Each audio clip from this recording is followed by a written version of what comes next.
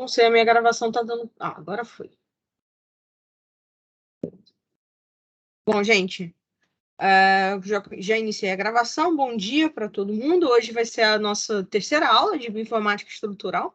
No caso, a nossa terceira e última aula de bioinformática estrutural. E a gente vai estar terminando hoje com uma metodologia de modelagem molecular, né? A gente já trabalhou na aula passada a modelagem comparativa, né? Com Modeler, a gente falou sobre as outras modelagens, mas de estrutura, e agora a gente vai olhar um pouco mais do outro tipo de modelagem molecular que a gente tem, que a gente pode utilizar essas estruturas que a gente fez ou próximas estruturas que a gente pode estar utilizando no nosso trabalho, tá? Então, vamos lá. Então, lembrando o que a gente já falou, né? O que é a modelagem molecular. Então, vai ser o conjunto de técnicas computacionais utilizadas para simular o comportamento das moléculas e sistemas moleculares. A modelagem molecular está dentro aí da bioinformática estrutural. Lembrando que a bioinformática estrutural ela trabalha não só com as técnicas computacionais de modelagem molecular, como também as técnicas experimentais, tá? Então, a modelagem molecular, o que a gente viu na aula passada foi a predição teórica das estruturas, né? Então, foi isso na aula anterior. Na aula de hoje, a gente vai estar falando um pouco mais de docking, mas a gente também tem dinâmica molecular e métodos quânticos nessa parte de bioinformática, da modelagem molecular de bioinformática estrutural. Eu não vou estar falando sobre essas partes, sobre todas essas coisas. Vou falar bem rápido sobre dinâmica molecular, mas vocês sabem que existe e que vocês podem estar procurando ou tentando se aprofundar nesses dois tópicos, dessas duas metodologias. Bom, então o que contribui essa parte da modelagem molecular, né? Ela vai contribuir, então, para o reconhecimento molecular, para o desenho racional de fármacos, estabilidade de macromoléculas e mudanças conformacionais. Por que ela vai contribuir com esse processo? Quando a gente faz experimentos, a gente não tem esses detalhes ao nível atomístico. Quando a gente trabalha com esse tipo de técnica, a gente vai estar olhando para o átomo, tá? O nível atômico desses sistemas moleculares. E vai ter um pouco de baixo custo, porque a gente trabalha mais com o computador. Então, o experimento que a gente faz pode demorar meses até, né? Uma dinâmica molecular, às vezes, demora bastante tempo, para a gente ter bastante informação sobre ela, mas se a gente fizer alguma coisa errada, a gente joga fora, libera o espaço no HD e faz de novo, tá? Enquanto experimento, a gente às vezes perde muito valor de insumo ali, tentando, né, fazer a determinação da estrutura, essas coisas assim demoram não só tempo, como também custa bastante dinheiro. A gente vai focar, então, nessa parte do reconhecimento molecular, né? O que é o reconhecimento molecular? Ele vai se referir às interações que ocorrem entre duas ou mais moléculas e como elas se reconhecem entre si. Esse reconhecimento ele pode ser químico, né? No caso, a gente está falando das interações ali entre elas. Então, um resíduo, ele forma interações com as outras, né? Lembrando as interações de hidrogênio, né? As interações iônicas. Então, ele tem um reconhecimento em relação a essas interações e um reconhecimento geométrico, que seria um encaixe mesmo. Então, ela tem ali uma forma que ela pode encaixar com a outra proteína e que mantém ela ali naquela posição. Tá? Então, a gente vai focar primeiramente no reconhecimento molecular, depois a gente vai falar rapidamente sobre o desenho racional de fármacos, que está bem incluso nessa parte do reconhecimento molecular também. E o que investigar esse reconhecimento ele vai contribuir? Então, ele vai contribuir na predição de ligantes, identificação de alvos, a gente pode fazer o reverso, né? De ligantes a gente pode encontrar alvos, descoberta de compostos de líderes, no caso, a gente pode encontrar um composto interessante e depois otimizar esse composto, e a predição de complexos proteína-ligante, que é o que a gente vai estar mais falando nessa aula. Bom, a predição de complexos proteínas ligantes é o de grande interesse, né? Então, é um grande interesse encontrar moléculas moduladoras de atividade de uma proteína-alvo. Então, a gente vai ter uma proteína, ela vai estar numa conformação que a gente diz ativa. A gente tem uma outra molécula que ela pode se ligar a essa nossa primeira molécula e pode inativar. Pode acontecer o inverso também. Normalmente, a gente procura inativar, né? A gente está procurando... Normalmente, a gente procura mais inibidores, né? Mas pode acontecer também a gente encontrar o contrário, tá? Então, essa ligação, esse encaixe entre essas duas moléculas, ela pode ser simulada, então, através de técnicas computacionais, como o atracamento molecular, que a gente vai estar falando, ou docking, né? Atracamento molecular no português, ou docagem molecular, né? A gente tem vários nomes para acoplamento molecular também a utilizar, ou docking no inglês, tá? Então, vai ser uma metodologia computacional capaz de predizer a orientação preferencial de uma molécula em relação à segunda a qual se pretende ligar, formando um possível complexo químico estável. Então, normalmente, a gente vai ter uma proteína maior com uma outra proteína que pode ser menor e a gente tenta encaixar, formando então um complexo chamado proteína-proteína. A gente pode ter uma proteína inibidor, que é uma pequena molécula, né, que ele vai ter um encaixe preferencial ali, que pode causar ali a inibição da atividade dessa proteína, né, normalmente um enzima, ou um substrato também, né? Então você tem ali uma molécula que naturalmente se liga e a gente quer descobrir como que ela se liga ali. Isso pode te dar informações de como que a gente pode inibir essa proteína também, tá? Então a gente pode formar vários tipos de complexo, não só complexo inibidor, né? Complexo proteína-proteína, inibidor substrato. Tá? Lembrando que quando a gente tem esses três tipos aí, ou mais, a gente chama isso de ligante. Então, complexo proteína ligante. Bom, para o docking, a gente tem alguns níveis de docking, né? Agora, voltando para o computador. O primeiro nível é chamado de docking rígido, né? Onde é que a gente tem o receptor rígido e o ligante rígido. É como se a gente estivesse trabalhando utilizando esses brinquedinhos aqui, né? Onde que a gente tem uma forma e ele se encaixa direitinho. Então, o princípio da metodologia de docking é realmente o princípio da chave e fechadura, né? Da metodologia de chave e fechadura, onde que a gente vai ter o receptor numa conformação e o ligante nessa conformação complementar, ou seja, eles se encaixam direitinho. Então, a gente pode fazer o docking, né, essa modelagem utilizando esse tipo de metodologia. É o método, o nível mais baixo, né, mais básico para o docking. Um segundo nível, que é o mais utilizado ultimamente, porque a gente sabe que as proteínas, né, no seu ambiente, né, e o inibidor também, né, o seu ligante, eles não vão estar ali certinho um para o outro, né? Existe ali uma movimentação, uma flexibilidade. Então, o nível que todos os programas de docking que a gente encontra, né, atualmente, vão ter é o docking chamado docking flexível, onde a gente tem um receptor rígido e o ligante flexível, tá? Então, o receptor, ele fica parado ali, a gente não mexe nada no receptor, enquanto o ligante, vocês veem aqui no videozinho, ele vai estar passando por várias orientações e conformações ali dentro daquela região que a gente delimita para tentar encontrar qual seria o melhor encaixe entre os dois. A gente tem uma outra maneira de utilizar o docking flexível, que é o receptor parcialmente flexível. E o ligante continua flexível ali. Então, o ligante ele começa a fazer essas orientações e conformações diferentes, e aí a gente escolhe algumas cadeias laterais de alguns resíduos para também modificar.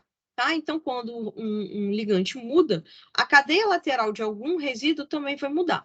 No caso aqui, a gente tem dois resíduos aqui com cadeias laterais flexíveis, e vocês vão ver ali que tem essas movimentações aqui desses ângulos. Então, eles se movimentam, enquanto o ligante também se movimenta.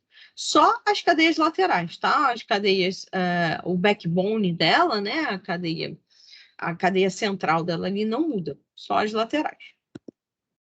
E o nível maior do docking flexível aqui é quando a gente tem tanto o receptor flexível quanto o ligante flexível também. Tá? Então, a gente utiliza de alguns artifícios que levam a gente ter a flexibilidade tanto no receptor total quanto no ligante. Então, a gente pode utilizar, por exemplo, várias estruturas, né, vários receptores da mesma proteína, né, várias conformações da mesma proteína, como tem aqui, é a mesma proteína, só que vocês vão ver que o sítio aqui ele está mais modificado. A gente faz o docking em todas elas e depois tira aqui um consenso de qual seria a melhor pose para esse nosso ligante em relação a todos esses receptores.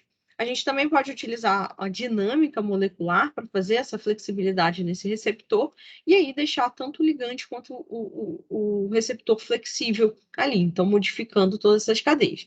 Isso se aproxima muito mais do que a gente tem no nosso ambiente, tá? No nosso ambiente a gente vai ter uma flexibilidade tanto para o ligante quanto para a proteína. Enquanto para os outros dockings a gente tem uma flexibilidade um pouco mais artificial, tá? Quando a gente não caracteriza tanto receptor quanto ligante. E como se faz isso, né? Como esses programas, né, de computador, como a gente faz o docking em si, né? Então a gente utiliza programas de computadores específicos, eles vão permitir predizer ou simular essas possíveis interações entre essas duas moléculas que a gente escolheu e baseado na estrutura tridimensional das mesmas. Então a gente vai ter aqui uma proteína, a gente escolhe uma região e coloca o ligante aqui, tentando, então, o programa ele vai tentar modificar aí a orientação desse ligante, né? A conformação desse ligante para encaixar nesse lugar que a gente está tentando. Tá? E aí a gente olha ali quais são as interações que ele forma. Tá? E ver se a estabilidade de como é essa pose, o que ele está inserido ali no meio. Bom, programas específicos nós temos vários, né? Entre eles o Autodoc, né? O Glide, o Vina, que a gente vai estar trabalhando no tutorial, o Doc e também o Gold, tá? O Gold é um dos... O Glide e Gold são talvez o estado da arte em relação ao Doc, mas eles são pagos, né? O Gold, a CAPES até ele disponibiliza, né? Uma licença de 1 ano aí grátis para pesquisadores, né? De grupos de pesquisa, mas ele é caro para você continuar mantendo, tá? Então, eles são suítes de dockings pagas. Então, aqui é um gráfico um pouco mais antigo, né? Alguém tem que fazer um levantamento novo em relação à utilização desses programas, né, de publicação, mas de 1990 a 2013, mais ou menos, a gente pode ver aí que o mais utilizado é o Autodoc, né, dos programas. Depois vindo o Gold e o Glide e o Flex também, que é outro programa pago. Porque o Autodoc ele tem bastante utilização, né? Porque ele é um programa free, tá? Ele é um programa antigo, ele utiliza... Até hoje a gente utiliza o Autodoc, que é o Autodoc 4, mas ele é um programa free, tá? Então, qualquer um pode baixar, qualquer um pode estar utilizando ele. Tá? Então, por isso que ele tem essa grande utilização para ele. Ele é até fácil de usar. Aí você vem aqui o programa que a gente vai utilizar hoje, que é o Autodoc Vino.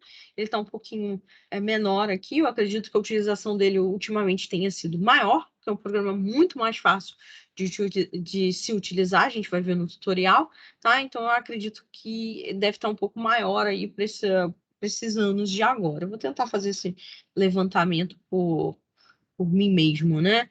E aí a gente vai ver qual a modificação que a gente tem em relação à utilização dos programas. Mas os programas free normalmente são os mais utilizados, né? Ninguém quer pagar aí por volta de $1.000, $1.500 por ano para estar utilizando um Glide da vida, né? Tem gente que consegue, a gente aqui no Brasil vai ter que ficar com os frees mesmo, né? Bom, todos esses programas eles têm uma coisa em comum, todos eles vão ter um algoritmo de busca e uma função de pontuação. É isso que faz a diferença entre os nossos programas de docking, tá? Gente, a gente também tem um servidor brasileiro, tá? Totalmente grátis, um programa de docking chamado Doctor, tá? Essa é a página do Doctor, né? Ele está atualmente, né? Ele está atrelado com o supercomputador brasileiro, que é o Santos Dumont, lá no LNCC, do Petrópolis, né? Lá no Rio de Janeiro, no estado do Rio de Janeiro. E aí, acessando o site do Doctor, ele vai ter um passo a passo lá para vocês fazerem um docking muito fácil. Você não precisa ter ele instalado no seu computador, você utiliza esse servidor. Ultimamente, você pode até fazer virtual screening, né? Utilizando um grupo maior de ligantes para estar fazendo isso de acordo com um projeto, né? Que você tem que submeter para eles lá, tá? Então, fica aí a dica, né? Para quem está tentando fazer um docking de forma mais fácil, o Doctor, ele é bem interessante de fazer, tem vários tutoriais, né? A escola de modelagem normalmente acontece de 2 em 2 anos, sempre tem um curso da escola de modelagem, e aí eles utilizam passo a passo de como que você pode estar tanto utilizando o Doctor, como analisando o que vem do Doctor aí no final, tá bom? Bom, voltando aqui à busca e pontuação, né? O que é um algoritmo de busca? O algoritmo de busca ele vai exatamente explorar o espaço conformacional, ou seja, ele vai ser o algoritmo que vai estar ali mudando a orientação do seu ligante dentro do seu sítio, tá? Então, ele vai criar ali várias poses, que é o que a gente chama de resultado do atracamento, tá? Então, o ligante, ele tem uma conformação, a gente chama de uma conformação e orientação, a gente chama de pose, e aí uma segunda pose, uma terceira pose, é a mudança dessas conformações e orientações do ligante, tá? Então, ele forma ali diferentes complexos receptor-ligante. Então, o algoritmo de busca que vai estar fazendo explora esse espaço conformacional do ligante e, às vezes, do receptor também, tá? E aí, a função de pontuação, ele vai te dar ali qual é o ranking dessas poses, ou seja, qual seria a possível predição de energia de ligação, ou seja, qual seria o melhor complexo ligante. Ele classifica ali qual melhor complexo receptor ligante. Ele também pode agrupar as conformações, quando tem conformações muito parecidas, ele agrupa e diz para você qual seria a conformação mais interessante de acordo com a pontuação que ele consegue calcular na sua função, tá? Então, o que o algoritmo faz é exatamente isso aqui, tá? Então, isso aqui seria um exemplo de como o algoritmo de busca ele trabalha, como o algoritmo de pontuação ele também faz a classificação dessa pose. Então, vamos ver aqui. Por exemplo, você está fazendo o teste de baliza, né? Você tem aqui o seu instrutor que está do lado de fora, e ele vai avaliando aqui como que está, como você estacionou o carro dentro da sua baliza, né? Vamos dizer que aqui a baliza seria o seu sítio, né, de ligação, onde você quer deixar o seu ligante. Então, a sua primeira tentativa, seu instrutor está aqui do lado de fora, ele fala, não está legal isso aqui não, então você tem uma pontuação baixa aqui. Você tenta de novo, não está legal ainda, tenta mais uma vez, ainda não está legal, tenta de novo, não está legal, e quando você consegue aqui uma coisa que ele diz que está legal, ele vai te dar uma pontuação maior para isso, tá? Então, é exatamente isso que dentro ali do algoritmo, né, do programa de docking, ele está fazendo. Obviamente, a gente tem uma falha aqui, né, por serem programas aproximados, que talvez a gente não consiga encontrar essa conformação perfeita, mas ele vai tentar ao máximo encontrar o que ele acredita ser conformação perfeita. Então, aqui a gente tem um exemplo de busca e pontuação. Esse aqui é um algoritmo, tá? É o algoritmo do programa DOC. Esse aqui é a versão 4, já está na versão 6.9 ultimamente, né? É o que a gente tem utilizado. E esse aqui é um algoritmo chamado de algoritmo de construção incremental. O que o algoritmo de construção incremental ele faz? Ele pega o seu ligante, a sua molécula pequena ali, quebra ela em pequenas partes, escolhe uma parte maior, que ele chama de âncora, né? Então, ele vai escolher esse anel aqui, que ele não fragmenta todo. Então, ele começa a docar por esse fragmento. Então, ele vai lá, busca um lugar para o fragmento, escolhe esse lugar aqui, que tem duas interações aqui muito interessantes, mantém ela. E aí, por fim, ele vai juntando, né, agrupando aqueles pedacinhos que ele cortou. Então, ele vai colocando aqui os pedacinhos no lugar. Então, ele vai criando de novo o seu ligante de acordo aqui com as interações. Obviamente, ele achou uma interação aqui, provavelmente ele colocou aqui para cima, não tem nenhuma interação, para baixo ele tem uma interação, então ele deixa. E aí ele vai colocando esses pedacinhos do ligante até formar o ligante total no final. Por isso que ele chama de construção incremental. No final, você tem ali o que a gente chama de pose, tá? E a função de pontuação que vai dizer aqui o que é interessante ou não. Olhando aqui para a função de pontuação, a gente vê aqui que a gente só tem duas energias, energia eletrostática e energia de Van der Waals, que é como se fosse uma interação hidrofóbica aí dentro do seu sítio. Tá? Então, ele vai avaliando. Como a gente tem aqui algumas interações que, para mim, parecem ser interações eletrostáticas, então ele vai aumentando esse valor de ligação eletrostática aí e vai dar uma pontuação boa para o seu ligante. Então, essa pose, ela é guardada no final. Bom, e como que a gente usa o docking, né? Para que a gente usa o docking? Então, a primeira coisa que a gente pode utilizar o docking, que a gente vai estar trabalhando no tutorial hoje, é a reprodução dos modos de ligação de ligantes cristalográficos para estabelecer um protocolo para novos ligantes. Então, vamos dizer que a gente tem uma estrutura cristalográfica que tem um ligante, e aí eu quero testar se o meu programa de docking ele consegue encontrar essa mesma pose, tá? Então, eu vou tirar esse meu ligante daquela posição e pedir para o programa colocar. E eu quero que o programa coloque na pose similar, né, ou igual, até mesmo igual, da pose que eu tinha lá, que veio do meu conformação experimental, tá? Que veio do meu experimento, né? Da cristalografia normalmente, tá? Então, o programa tenta colocar isso. A gente vê aqui que essa nossa posição cristalográfica, né, que do experimento me deu essa posição para o meu ligante. Quando eu faço o docking não consegue inserir exatamente nessa mesma posição. Então, eu tenho que avaliar esse meu programa de docking para tentar trabalhar com os meus próximos ligantes, porque ele ali não conseguiu reproduzir. Então, essa é uma forma, né, da gente avaliar se o nosso programa de docking ele está bem calibrado para o que a gente está fazendo. E esse é um primeiro uso que a gente utiliza o docking. Segundo uso, né, é uma predição dos modos de ligação de um ligante ativo conhecido. Vamos dizer que alguém fez um experimento e descobriu um ligante. Então, aí ele não sabe, né? Ele não fez a cristalografia, então ele não sabe onde é que esse ligante se liga, como que ele se liga. Então, a gente tenta descobrir através do docking qual seria esse modo de ligação desse nosso ligante ali nesse sítio ativo. Tá? Então, eu trouxe aqui essa figura, uma figura no artigo que a gente fez, onde nós temos essa pequena molécula aqui. A gente sabe que ela ativa, né? Ela faz Na verdade, ela não ativa, ela faz um bloqueio do DNA quando ela está ali no sítio ativo, e a gente estava tentando encontrar ali qual seria o modo e que produz esse efeito de bloqueio do DNA, tá?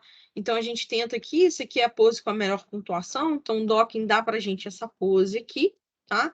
A pose é um pouco distante, o DNA está aqui, a gente não vê nada de interação com o DNA, nada que faça um bloqueio do DNA aí. Então, a gente olha uma segunda pose, né, com uma segunda melhor pontuação aqui, a gente já vê uma pose num lugar diferente, um pouco mais próximo do DNA aqui, tá? Então, a gente meio que tenta descobrir ali qual seria o modo de ligação mais interessante. Tá? Então, a gente pega essas duas poses, talvez faz uma dinâmica para ver como que ela interage, principalmente com o DNA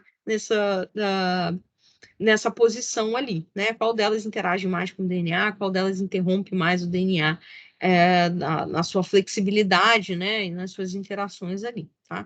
Então, esse é um segundo modo. A gente não conhece nada do experimental dela, da estrutura experimental dela, mas a gente tenta descobrir ali, através de simulações, qual seria esse papel que ela forma quando a gente faz esse experimento. Um terceiro uso, né? Um uso bem interessante, né? É a identificação de novos ligantes usando triagem virtual, né? Então, o que a gente faz é pegar vários outros ligantes que a gente tem algum interesse, ou então ligantes similares, ou muitos ligantes, e a gente tenta descobrir se esses ligantes, se a pontuação desses ligantes tem energia interessante. Aí essas energias a gente utiliza para ranquear aí possíveis ligantes novos, tá? Eu vou estar falando um pouco mais disso, um pouco mais na frente da apresentação. Bom, e um quarto uso é a predição das afinidades de ligação de compostos relacionados de uma série ativa conhecida. Isso aqui também é uma figura de um outro artigo que a gente tem. No caso, a gente começa esse ligante aqui é esse ligante, tá?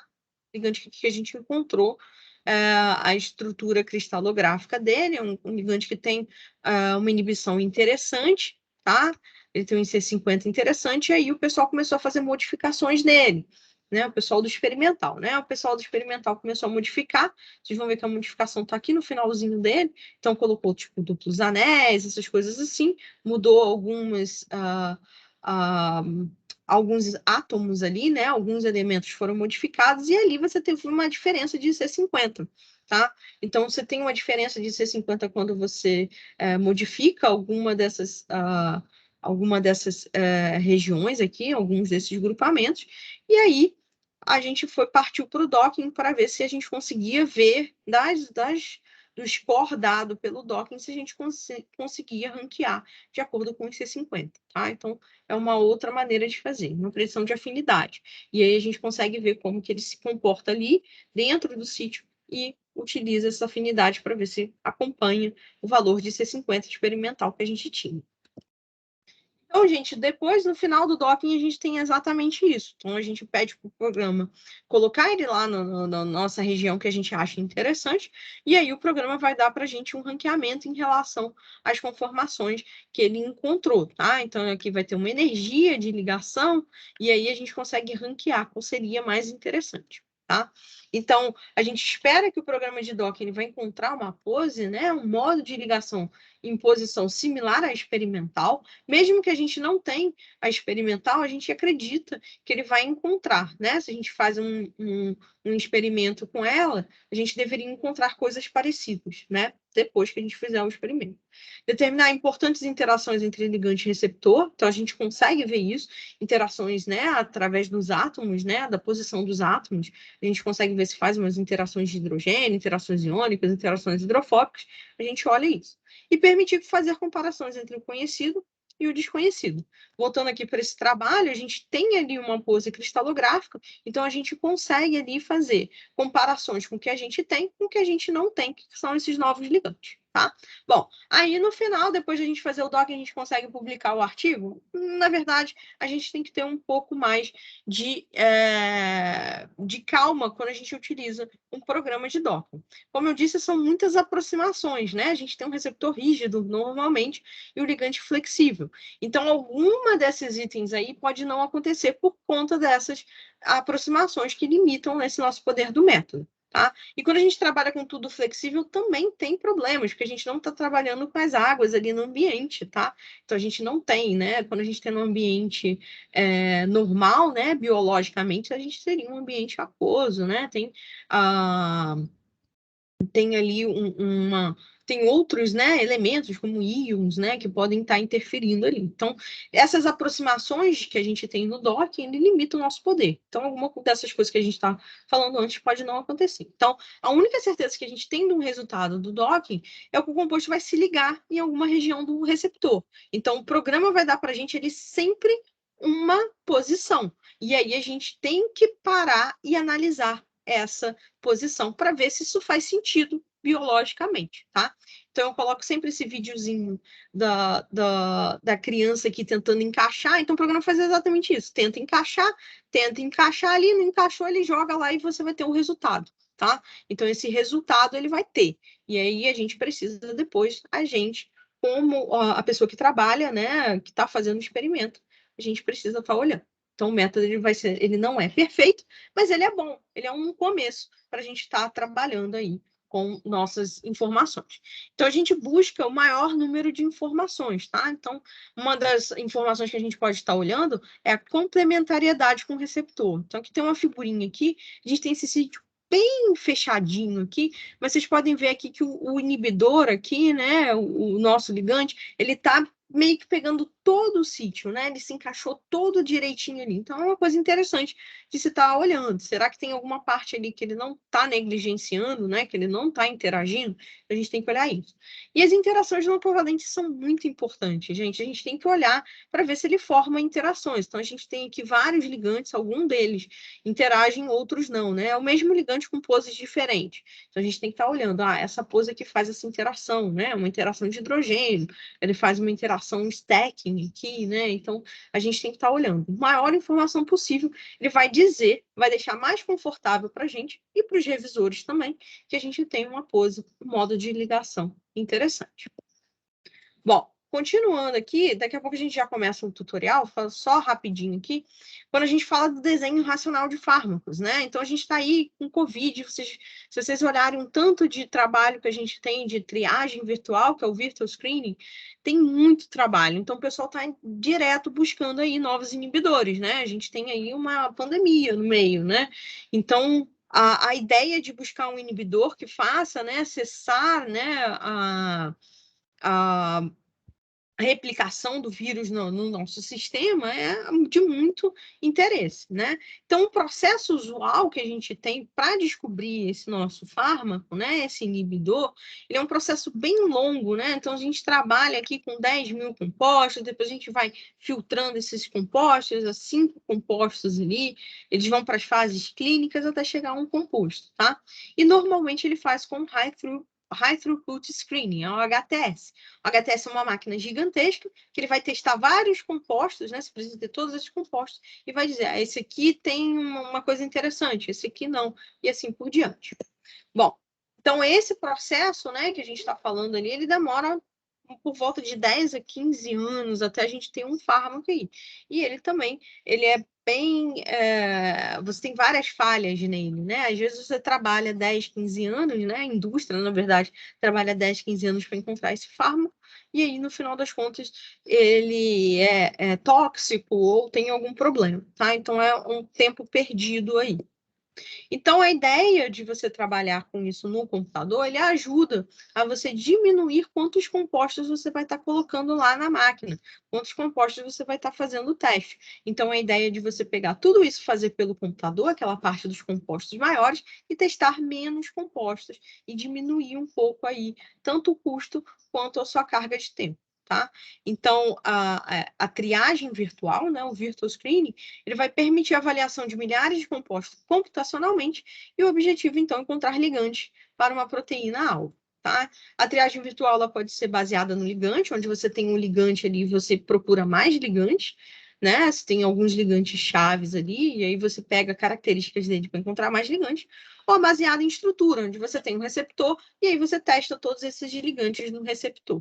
Tá? Então, a triagem virtual, baseada na estrutura, ela vai auxiliar esse nosso processo de procurar os ligantes, né? Diminuir ali a quantidade de 10 mil, por exemplo, a gente já pode tentar olhar se a gente consegue 1.000 e aí depois fazer os próximos testes, tá?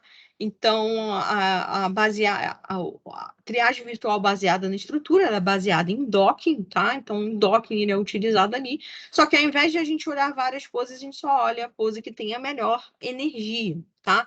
No caso aqui, normalmente é menor energia, porque a gente trabalha com valores negativos, tá? Então, a melhor pose vai ter a melhor energia, que seria a menor energia aqui, tá?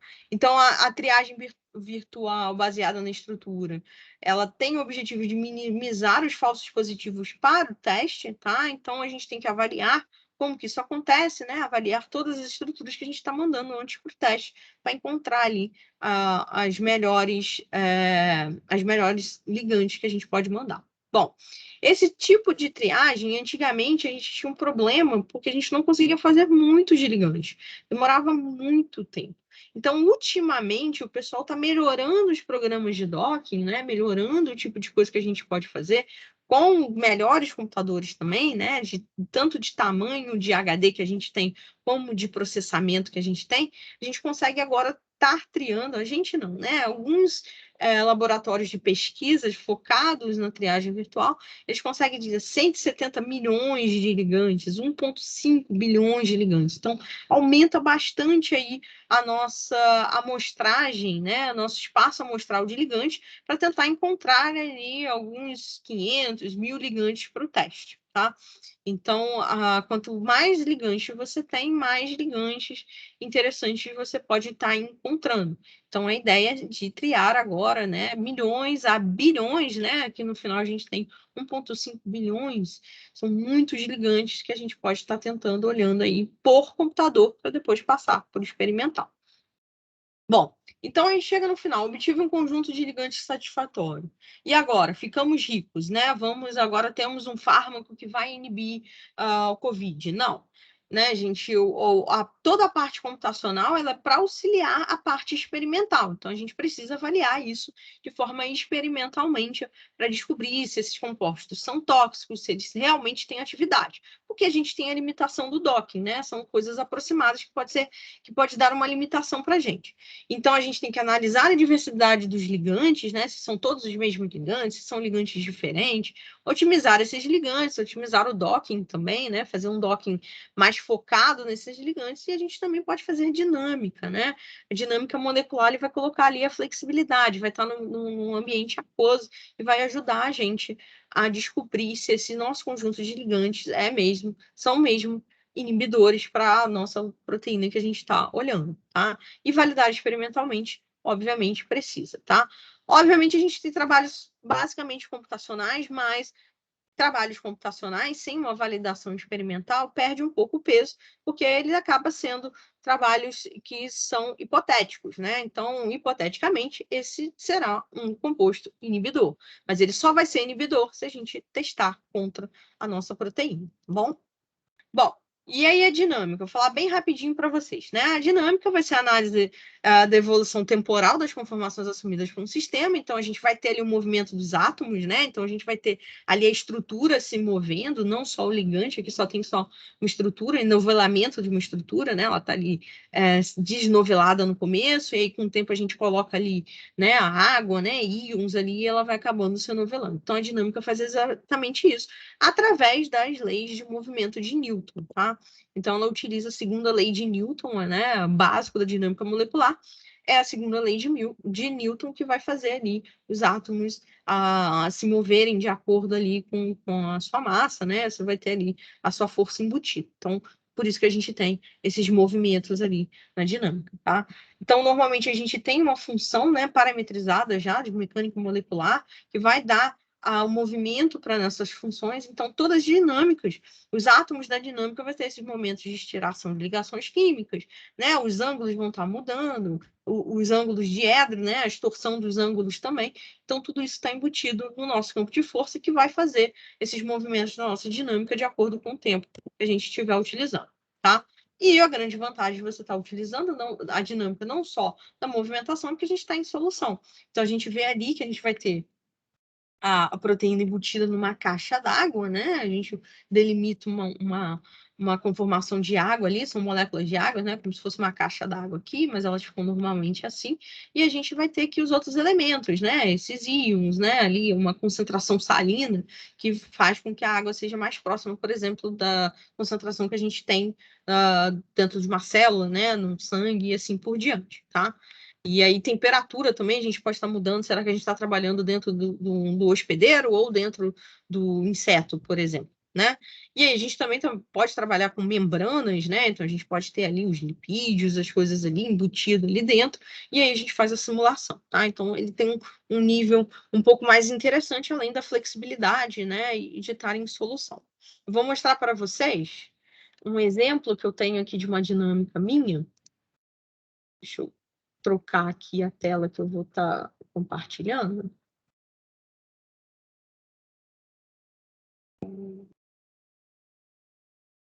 Tá, é essa tela aqui.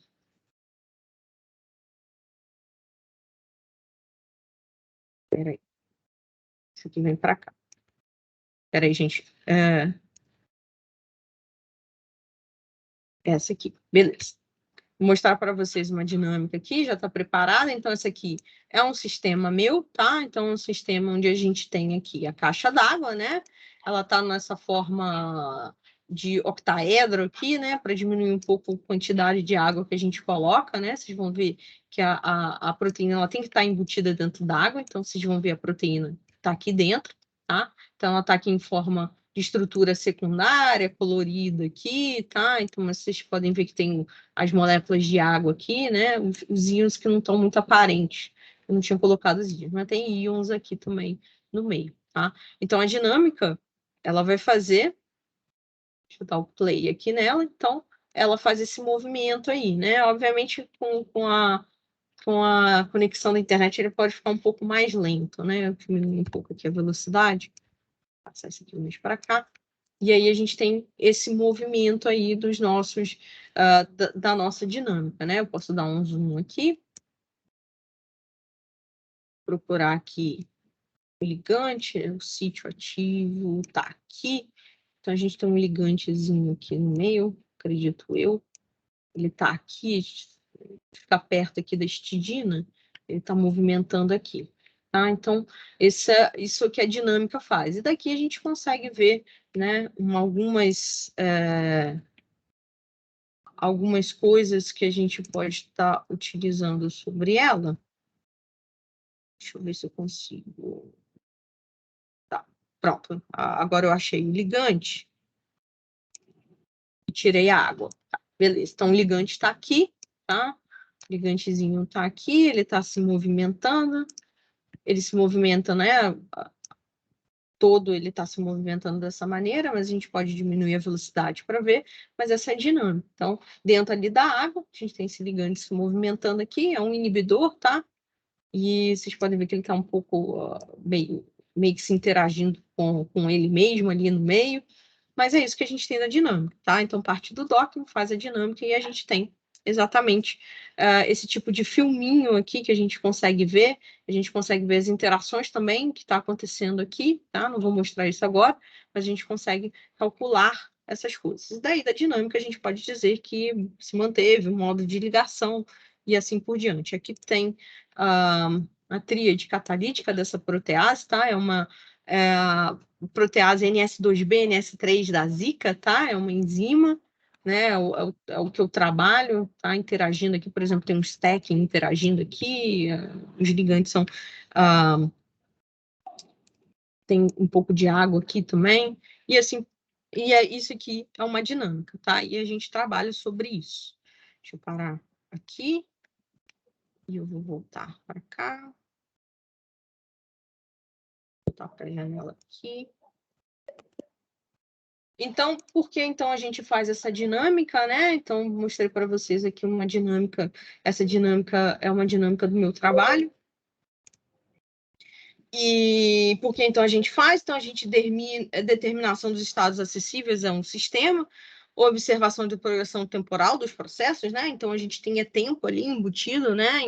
Enquanto no docking a gente só fica naquele aquele processo apenas. Compreensão de allosteria, tá? A gente consegue fazer, a gente tem um artigo nosso saindo aí que a gente viu dessa protease, que a gente tem ali um sítio fora do sítio ativo ali, que tem uma allosteria embutido nele, né? Que ele faz a ligação nele faz com que o sítio ativo fique inativo, tá? Avaliação de estabilidade dos resultados do atracamento. Então, a gente faz o docking, coloca ele na dinâmica e a gente vê se o ligante se mantém ali, quais são as interações que ele continua mantendo, e os cálculos de ΔG também. Então, a gente consegue fazer todas essas coisas aqui, tá?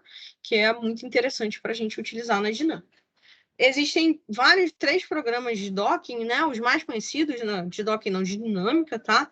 Na verdade, existem vários, mas os mais conhecidos são Numid, Amber e Gromix. Numid e Gromix são free, vocês podem baixar, vocês podem estar utilizando no computador de vocês.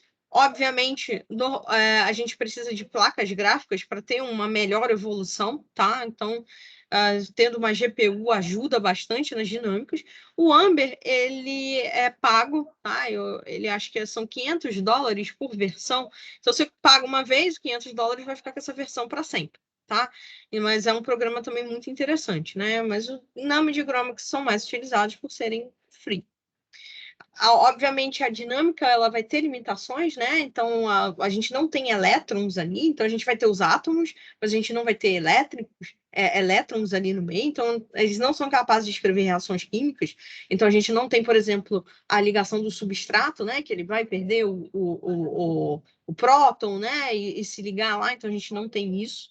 Mas existem métodos híbridos que fazem essa, tanto utilizando a dinâmica quanto a mecânica quântica, para você poder ver tanto a interação quanto a reação química, tá? Então, a gente não tem quebra nada, a gente não tem ligação ou quebra, mas a gente tem métodos que fazem isso. E o tempo computacional também é uma limitação muito grande que a gente tem para a dinâmica, tá? Então, computadores, né, robustos precisam, porque você precisa de ter bastante tempo para você estar fazendo, e para você ter um ganho de velocidade, você precisa, obviamente, das placas gráficas, tá?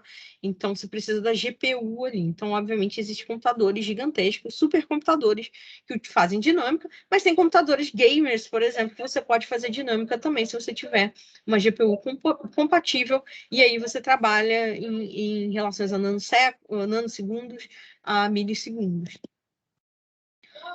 Existem também métodos que aceleram essa escala de tempo, né? O que talvez demore, né, 1 milissegundo aqui, que talvez demorou, nesse supercomputador deve ter demorado 1 mês, 2 meses, você faz isso em 500 nanosegundos, que aí vai demorar por volta de 1 semana, 2 semanas, tá? Então, você pode utilizar métodos que fazem aceleração e você explora espaços muito similares ao que você tem com dinâmicas muito longas, tá? Então, a comunidade científica pensa também em acelerar isso, não só com computadores muito grandes, mas com computadores acessíveis. Você também pode estar fazendo a mesma coisa que supercomputadores, obviamente, com algumas limitações.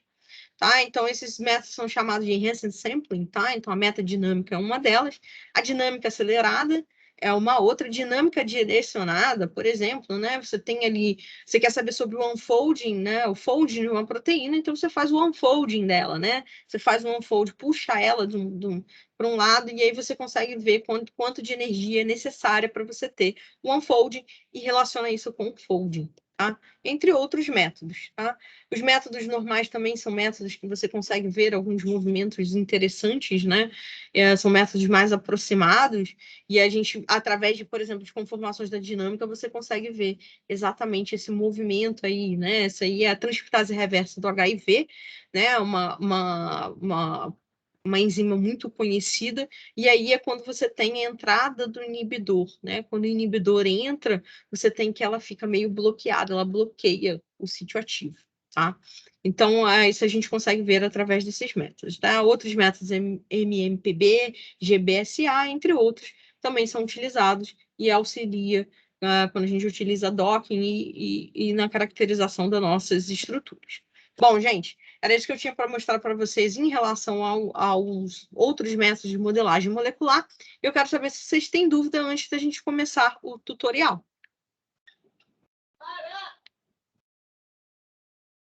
Não temos dúvidas, né? Eu tenho uma dúvida, sim. Fala, Caio. Você falou que ele não leva em consideração as reações químicas, pelo menos a maioria dos Isso. métodos. Isso. Mas ele leva em consideração a sequência de aminoácidos, ou só as estruturas secundárias? Sim. Você vai pegar, né? Você vai ter a sua estrutura, né? A sequência lá, né? Então, você vai ter a sua estrutura. Obviamente, normalmente, quando você trabalha com compostos maiores, ele vai ter a estrutura secundária, mas a estrutura secundária, de acordo com o tempo, ela pode estar se fazendo ou se desfazendo, tá? Então, ele tem essa interação ali, né, no meio. Mas as reações químicas, você precisa de métodos diferentes do que da dinâmica. Você pode fazer, utilizando outros métodos, tá? Que são os métodos híbridos. Certo, entendi. Mais alguma pergunta? Miguel, estou conseguindo ver que você conseguiu aparecer aí. Não tá lá grandes coisas, a minha conexão, que eu tô numa garagem aqui, mas eu tô seguindo, sim. Tá, beleza. Eu vou partir para o tutorial agora, então, gente.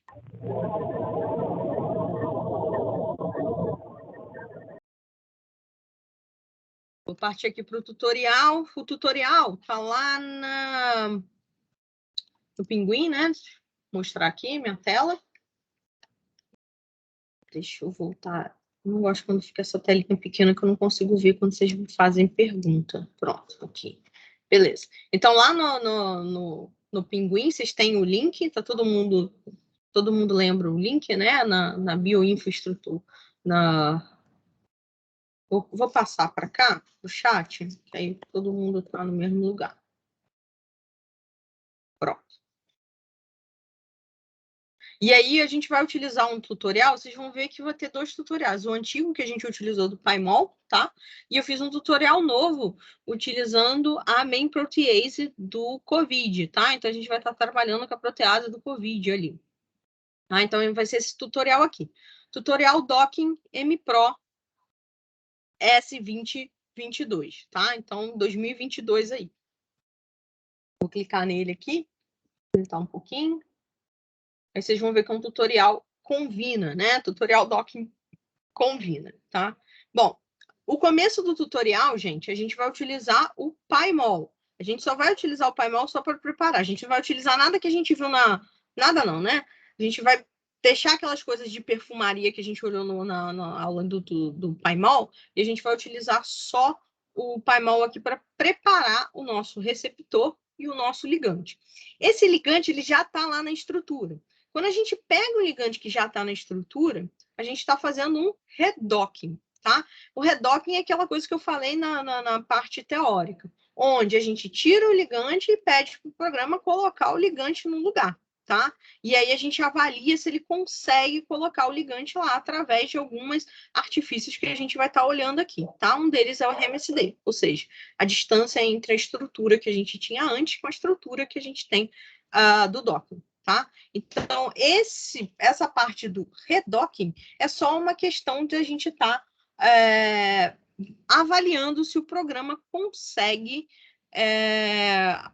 a mesma posição que a gente consegue no experimento, tá? Normalmente a gente faz isso num começo, antes da gente utilizar os nossos ligantes, a gente pega esse ligante cristalográfico, faz o redocking e fala, legal, a gente conseguiu um valor interessante para ele, então para os meus ligantes ele vai ter uma boa chance de encontrar modos de ligações parecido com o que a gente tem no experimental, tá? Então é só uma questão de avaliar. Isso é muito interessante. Normalmente a gente faz isso e revisores também pedem, tá? Para a gente ter uma confiança melhor no docking, tá? Então, é isso que eu escrevi aqui para vocês, então a gente vai fazer isso. Bom, a primeira coisa que a gente vai ter que fazer, então, é abrir o Paimol. Eu coloquei aqui para vocês, ó, o Paimol que vocês, a maioria de vocês instalou foi esse aqui, né? O Paimol onde tem mais TCL, -TK, GUIL, mais console, né? A maioria de vocês deve ter instalado. Esse segundo aqui é um Paimol que eu tenho, que é o Paimol 2.0, que aí só aparece Paimol mais console. Então, o que a gente tem entre esses Paimols é o console, porque aí ele vai abrir para a gente lá aquela coisinha ali em cima. Eu vou abrir aqui o meu. Ele já está aqui. Ele abre aqui na outra tela. Vou passar ele para cá. Então, ele vai abrir essa telinha e essa telinha aqui de cima, tá, gente? Essa telinha aqui de cima, ela é importante porque aí a gente vai ter o file open, essas coisas assim. É porque na hora que eu peço para ele abrir tudo, ele abre exageradamente tudo, né? Eu vou aumentar aqui para a gente ficar com a tela maior. Mas a gente não vai fazer muita coisa de perfumaria hoje, não, porque a gente só precisa preparar o nosso receptor e o nosso ligante. Esse Paimol é meio teimoso, que ele não abre todo, não. Abre mais para baixo.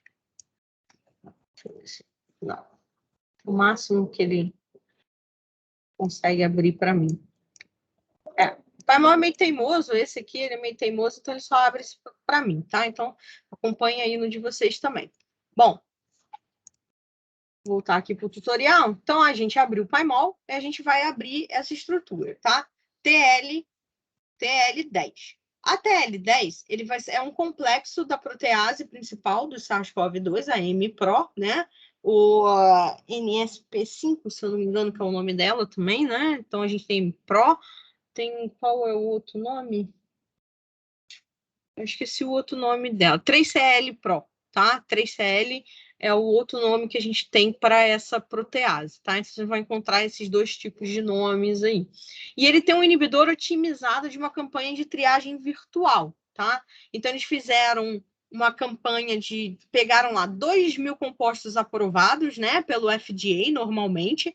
Então, ele pega essa base de dados, cria os ligantes, faz o docking de todos eles, faz um ranqueamento e depois ele vai testando os melhores aí. E nesse caso, ele encontrou um ligante ali similar a esse ligante que a gente vai estar trabalhando, o que eles otimizaram no final, tá? Então, esse composto que a gente vai estar vendo aí é um composto que vem de uma triagem virtual, né? Otimizado de uma triagem virtual de compostos já conhecidos. Uma coisa que aconteceu bastante na pandemia, né? O pessoal da pesquisa, em vez de procurar novos fármacos totalmente desconhecidos, o pessoal tentou encontrar fármacos já conhecidos, para agilizar um pouco a parte do descobrimento de fármaco, né? Aquela parte que demora 10 a 15 anos, um fármaco conhecido, ele já é um pouco mais fácil de acesso, né, de trabalhar com ele. Então, a primeira coisa que a gente vai fazer, a gente vai dar deixa eu pegar a parte aqui de cima, a gente vai dar fetch 7L10. Tem muita coisa aberta aqui, meu computador acaba meio que ficando lento. Então vou dar um fetch aqui. Então vai abrir aqui a estrutura para vocês, essa estrutura da MPro, tá? Essa estrutura da MPro, gente, normalmente a MPro ela é ativa em dímero, tá? Mas normalmente as pessoas fazem a cristalografia do monômero, depois faz o outro monômero, tá? A gente consegue ver ela em forma de dímero se a gente pedir para o Pymol pegar o biological assembling dela, tá? Mas aí, no caso, a gente só vai trabalhar só com um monômero, tá? Então, a gente não vai trabalhar com dímero para fazer o docking. Mas, se for trabalhar com MPro, prefiram trabalhar com dímero, tá? Porque aí você está trabalhando com a forma ativa. A forma do dímero é bonitinha, ela forma um coraçãozinho aqui, porque ela junta uma com a outra, tá? Mas a gente vai trabalhar com monômero aqui, só para a gente agilizar um pouco mais o nosso docking, tá? Mas a formativa é dímero, segundo a literatura, tá? Então, a gente fez o fetch dessa nossa estrutura. Agora, a gente vai fazer o seguinte, vamos separar a proteína do nosso ligante da nossa proteína. O ligante, eu já sei que é o XEY, tá? Mas como que você sabe? Porque eu olhei antes. Se vocês não souberem qual é o ligante, lá do PDB, ele vai mostrar. Mas aqui no Pymol a gente consegue ver também, ó. Quando a gente chega aqui no final, o ligante é esse aqui, ó. XEY. Vou colocar uma cor melhor para isso aqui. Acho que é rosa. Acho que fica melhor para a gente ver, tá? Então, o ligante está aqui, ó. Esse aqui é o nosso ligante. Vou colocar ele em sticks para a gente olhar. Então, ele está aqui, tá? Então, o ligante é esse aqui. Eu já sei que o nome dele é XEY. Então, eu vou extrair. Vou escrever aqui embaixo.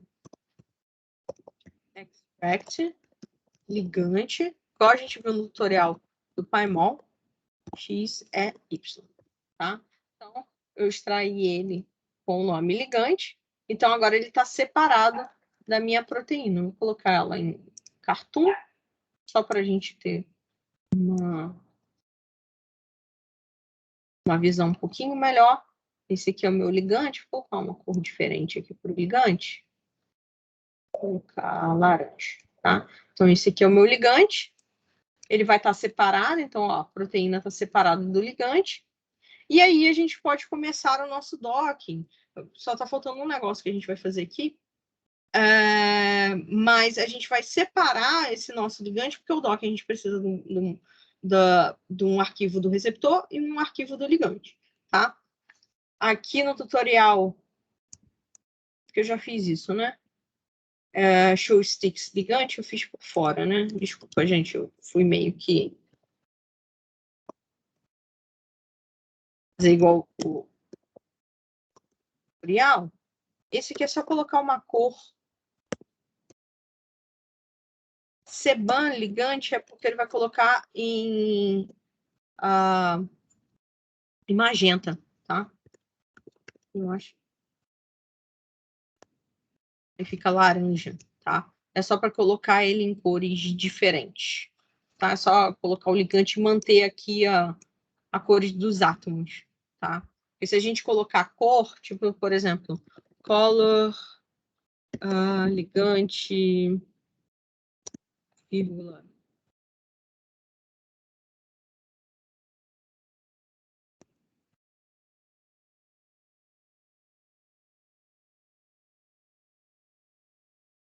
Aí ele colore tudo.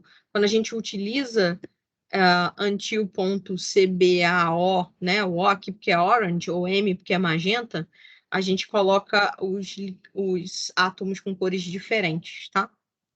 Você pode fazer isso aqui também pelo action, né? Pelo comandinho aqui, by element. Aí você pode escolher a cor. tá? Que aí mantém os átomos com cores diferentes. Aí o carbono vai ficar com a cor que você quer, os outros átomos, como o oxigênio vai ficar vermelho, o nitrogênio vai ficar azul, tá? Mantém essas cores básicas dos átomos. Bom, então a gente já separou. Vamos fazer uma análise rápida aqui das interações que esse ligante está fazendo, tá? Com a nossa proteína, para a gente depois, quando a gente for avaliar o docking, a gente ver se manteve essas interações, tá? Então, aqui no ligante, onde é que está aqui selecionado o ligante? Deixa eu tirar isso aqui, né? Aqui na seleção ligante, a gente vai no Action, Find, Polar Contacts. E a gente coloca to any atoms, tá? Então, a gente clica aqui e aí ele mostra para a gente aqui essas interações, tá? As interaçõezinhas aqui, tá em amarelo. Mas vocês vão ver que ela faz interação com esse resíduo aqui. Deixa eu tirar isso aqui. Com esse resíduo aqui. Com esse resíduo, com outro resíduo aqui e com outro resíduo aqui. Eu já coloquei para vocês aqui a figura, né? Eu fiz uma análise melhor da figura aqui para a gente não perder muito tempo. Então, esse ligante, essas interações aqui que ele está mostrando para a gente, que são interações polares, no caso aqui são todas as ligações de hidrogênio. Então, esse nosso ligante, ele está fazendo a interação com o glutamato 166, a histidina 163 e a cisteína 145. Muito interessante, gente. A cisteína 145, se você vai ver na literatura, ela faz parte da díade catalítica, tá? Então, você tem a cisteína 145 e a histidina 141, tá? A histidina 141 não está aparecendo aí, ele não está interagindo. Mas ele está interagindo com a cisteína.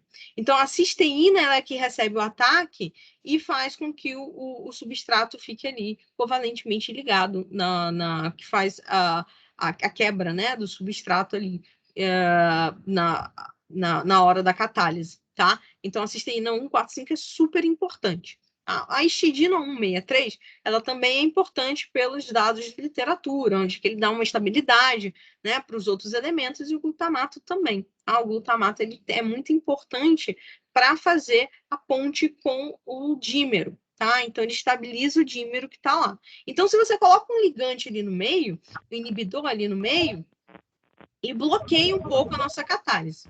Pode falar, Miguel.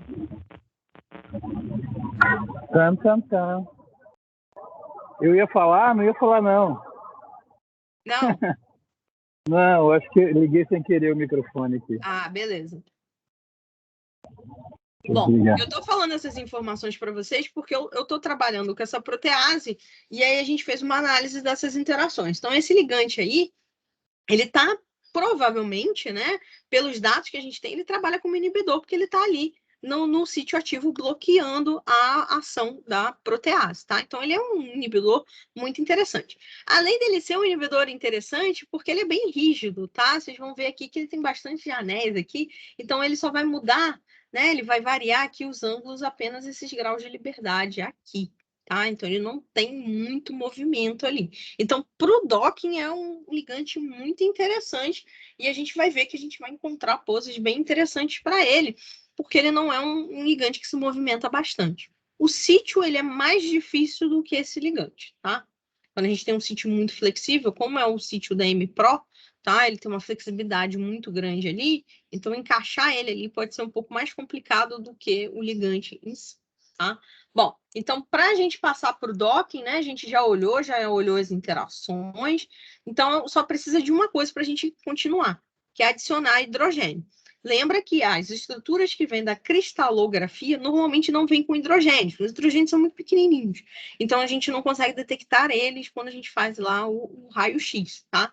Então, a gente precisa adicionar os hidrogênios. Para adicionar o hidrogênio, é só a gente colocar o H_add, tá? Então, a gente digita. Então, agora a gente tem os hidrogênios aqui, tá? Tanto a proteína quanto o ligante, ela vai receber os hidrogênios, tá? Bom, eu coloquei aqui uma OBS, né, no tutorial. A OBS 1 era em relação ao Paimon. Tá. Eu coloquei uma OBS aqui no tutorial que a gente está simplificando aqui, tá? A gente está adicionando pelo Paimon os hidrogênios. Num experimento, a gente precisa verificar a protonação de alguns resíduos. Principalmente essa proteína que tem muita histidina. Ela tem 4 histidinas ali no meio, tá? Histidina, cisteína, lisina, aspartato e tirosina são preocupantes, porque dependendo do pH que a gente está utilizando, elas têm protonações diferentes, tá? Então, você precisa utilizar um servidor, né? No caso, o próprio Ka, o H++, né? Um programa que faz essa detecção de protonação para dizer qual é a protonação ali nesse sítio, tá? Isso é muito importante. Aqui a gente está pulando essa etapa, mas para um trabalho sério mesmo, a protonação é muito interessante. A literatura ajuda também, tá? Às vezes a pessoa já fez e aí você, tá, fulano fez histidina neutra, histidina protonada, cisteína protonada ou não, e aí você utiliza esse tipo de informação, tá? Aqui a gente passa um pouco por cima disso. Bom, para a gente terminar aqui, a gente já colocou os hidrogênios, a gente precisa agora só remover as águas. A gente vai tirar as águas para a gente não ter problema na hora de docking de ter água ali no meio, tá? Lembra que o receptor é rígido. Então, se a gente tem uma água ali no meio, ela meio que está meio bloqueando aquele espaço ali que a gente precisa colocar o ligante. Obviamente, águas, elas podem ajudar, porque alguns ligantes fazem interações com água, tá? Então, para manter a água, a gente precisa estudar essa água para ver se ela vai ajudar no docking ou não, tá? Mas então, para a gente não ter problemas, né? A gente não fez esse estudo, a gente remove as águas e faz sem água, que aí auxilia na hora da gente fazer o docking. Então, remove, vou digitar aqui embaixo, deve estar pequeno para vocês, mas é por causa que esse paimol aqui tá meio chatinho com isso, tá? A gente não vai utilizar ele muito, não.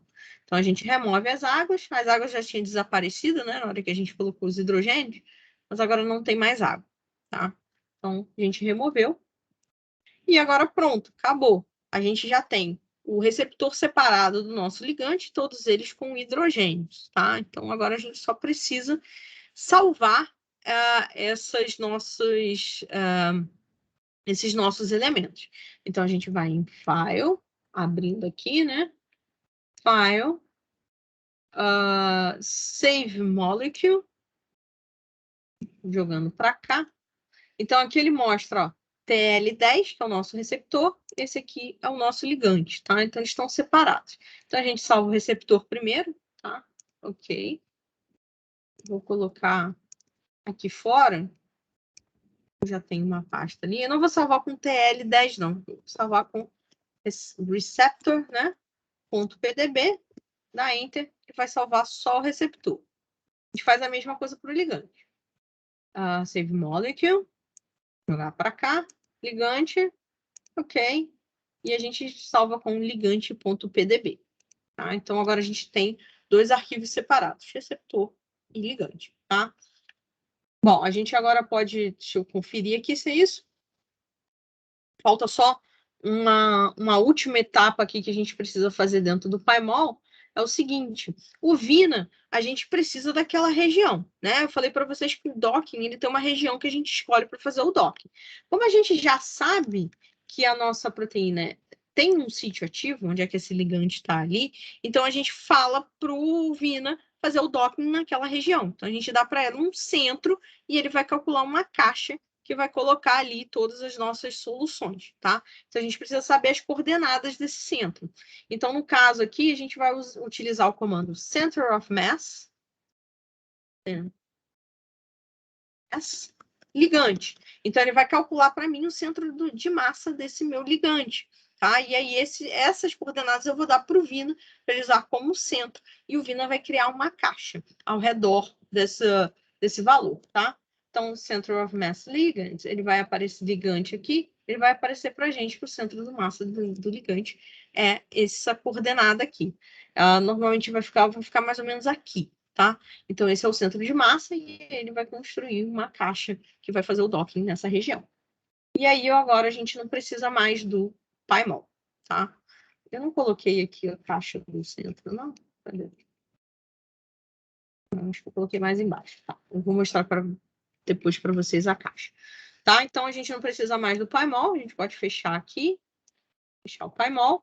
A gente não precisa mais dele. E aí, se a gente estivesse trabalhando no nosso computador, a gente ia pegar o PyMol pelo nosso computador e fazer isso. Mas a gente vai utilizar o servidor, tá? Então, vocês não precisam fazer mais nada. Isso aqui é só para mostrar o passo a passo.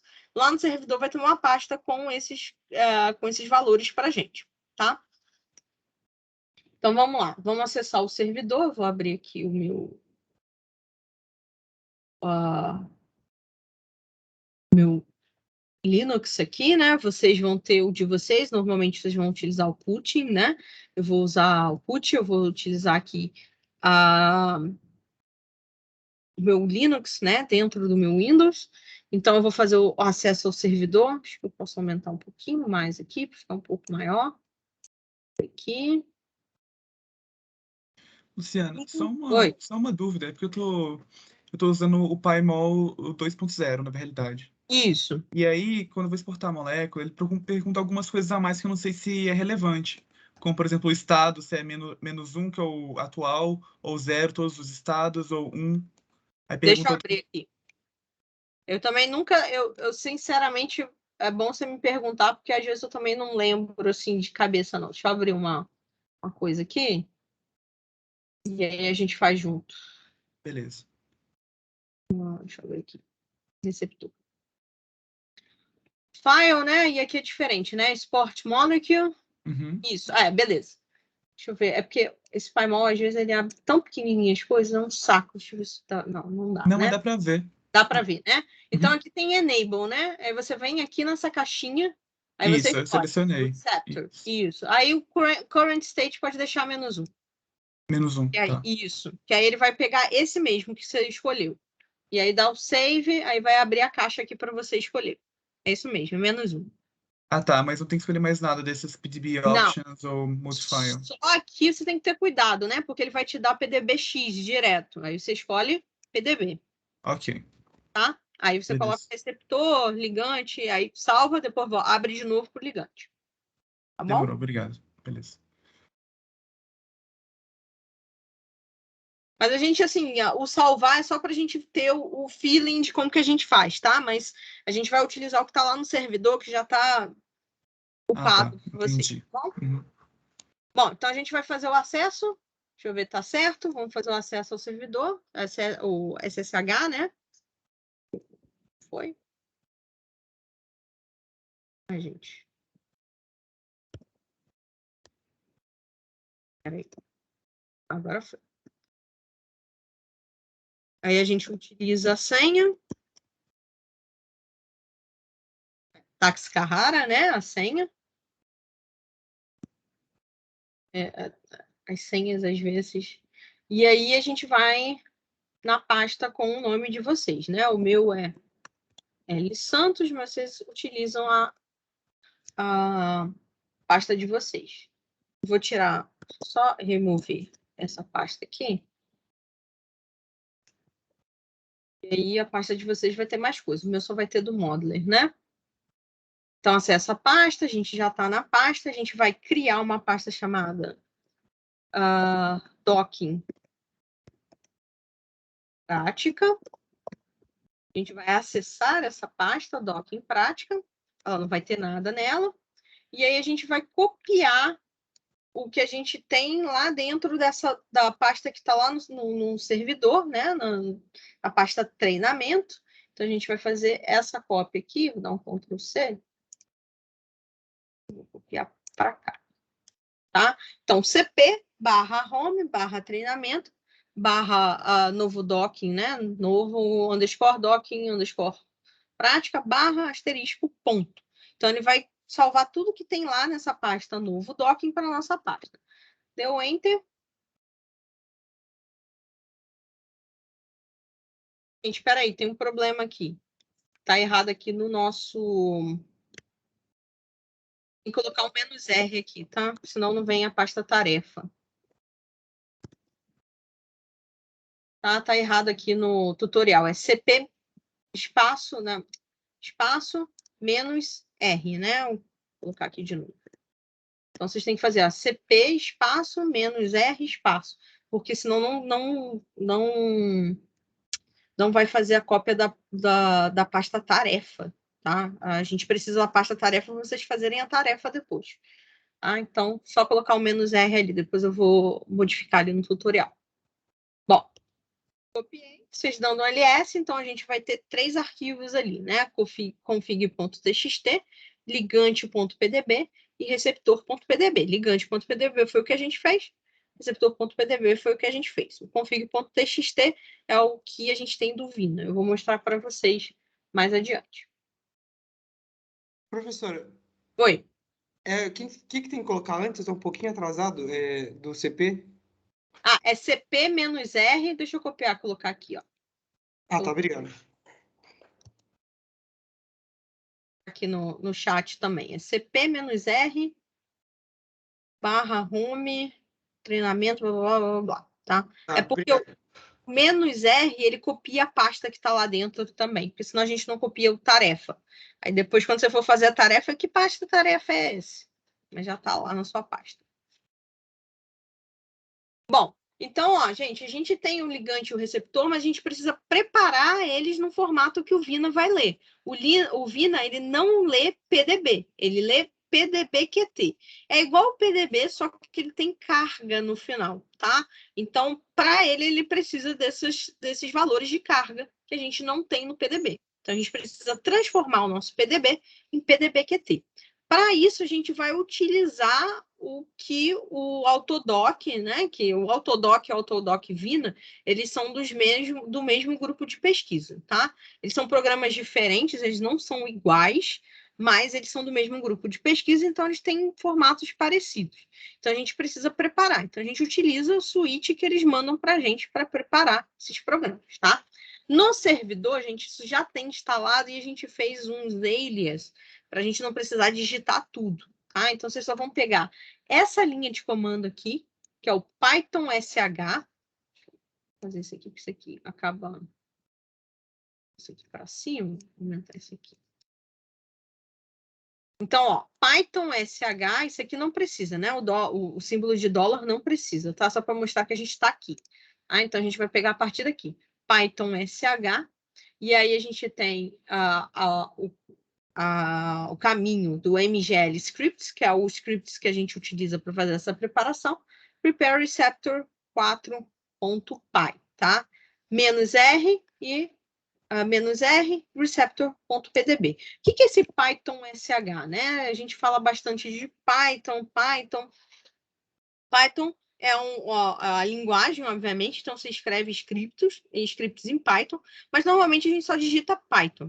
O SHI é porque é um Python antigo. Quando eles fizeram esse script, eles utilizaram uma versão do Python mais antigo do que normalmente a gente tem no computador agora. Normalmente a gente tem Python 3, Python 2.7, se eu não me engano, e eles utilizaram, acho que Python 1.4, um Python bem antigo.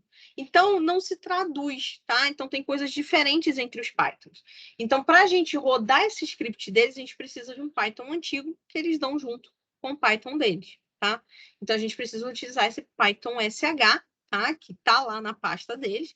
E a gente só fez um alias para vocês utilizarem Python SH. E aí, roda o script, tá? Então, rodou o script, né? Já rodou aqui, ó, adding a style charge. Então, ele já colocou para mim as cargas que eu precisava. Vou dar um ls e agora eu tenho um receptor.pdbqt, tá? Então, aqui é o receptor.pdbqt, é o que a gente precisa. Então, o receptor já está preparado. Eu coloquei isso aqui para vocês, né, no tutorial, para vocês saberem que, se vocês forem fazer no computador de vocês, tem umas preparaçõezinhas que a gente já fez, tá? E agora a gente vai criar o do ligante, tá? O ligante vai ser a mesma coisa, só que o script, ele é um pouco diferente, tá? É esse aqui. Deixa eu copiar só essa parte aqui. Tá? Então, Python SH, agora a gente vai prepare ligand 4.py. E aí a gente coloca -L ligante.pdb, tá? Que a gente está preparando o ligante. E tem uma outra flag aqui, que é o -U maiúsculo e aspas simples, tá? Então, -U aspas simples é o seguinte: o default desse script é utilizar apenas os hidrogênios polares, ou seja, os hidrogênios que podem ali formar interações, né? Então, ele só utiliza esses hidrogênios. Mas a gente quer utilizar todos os hidrogênios, então a gente utiliza essa flag menos U, aspas, simples, e aí ele vai deixar todos os hidrogênios que a gente colocou lá, tá? Se você tirar essa flag, você vai ter os hidrogênios polares. Dá Enter, ele vai ler, preparou, já liberou aqui pra gente. Dando LS, a gente tem ligante.pdbqt. Então, a gente já preparou o receptor e ligante, tá? Então, a gente já tem aí no formato que o Vina vai poder ler pra gente, tá? Então, continuando aqui o nosso tutorial. Então, a última coisa que a gente precisa é o arquivo de entrada, que a gente vai dar para o Paimol, para ele saber onde é que a gente quer que doque, né? Quais são os arquivos que a gente vai docar e assim por diante. Então, a gente tem um arquivo chamado config.txt. Tá? Então, no config.txt, que está aí na pasta de vocês já, a gente não precisa criar ele. Então, a gente vai ter o nome do receptor, que é o receptor.pdbqt, o nome do ligante, ligante.pdbqt, o centro, que foi a última coisa que a gente calculou no Paimol, tá? Que é o centro XYZ, ou seja, o centro da caixa, que a gente colocou centrado no ligante. Ah, mas a minha estrutura não tem ligante. Você pode pegar um resíduo, faz o centro de massa desse resíduo e dá ele como sendo o centro da sua caixa, tá? Você pode fazer isso também. O tamanho da caixa, a gente coloca 25 angstroms para todos os lados, né? Uma caixa cúbica, então vai ter 25 angstroms para o X, para o Y e para o Z, né? Que o Z é para o outro lado.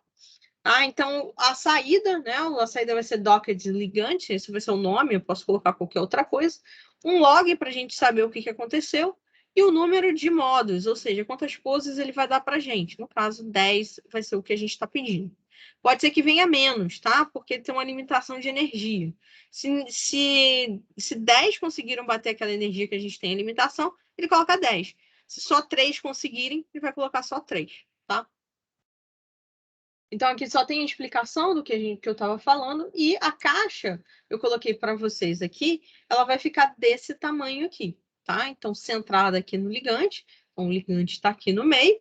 E aí, ele faz essa caixa nessa região aqui da nossa proteína. 25, ele me dá essa região toda aqui, tá? Caixas maiores são interessantes, não precisa ser uma caixa inteira, né? Se pegar a proteína inteira, a gente está fazendo outro tipo.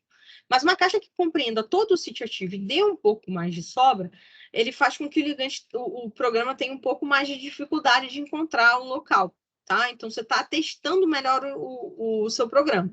Se você colocar uma caixa pequenininha, que seja só do tamanho do ligante, ele vai acertar muito fácil, tá? Então, se você trabalhar com ligantes maiores, essa caixa não vai servir, ela vai dar erro. Então, dê preferência para caixas um pouquinho maiores.